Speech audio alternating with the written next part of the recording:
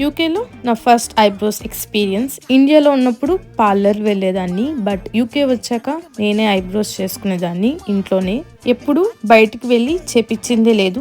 యూకేలో చేపించుకుందాం బయట అనే ఆలోచనే రాలేదు. బట్ ఇప్పుడైతే థ్రెడ్డింగ్ చేయించుకుందాం అని అయితే డిసైడ్ అయ్యాను. దానికి ఒక స్పెషల్ రీజన్ అయితే ఉంది. నేను ఫస్ట్ టైం యూకే వచ్చినప్పుడు ఐబ్రోస్ కాస్ట్ £5. అసలు ఇంత పెట్టి ఎవరైనా చేపించుకుంటారా అనుకునేదాన్ని. కొన్ని పార్లర్స్లో అయితే ఆ రేట్ కాస్త £10కి పెరిగిపోయింది.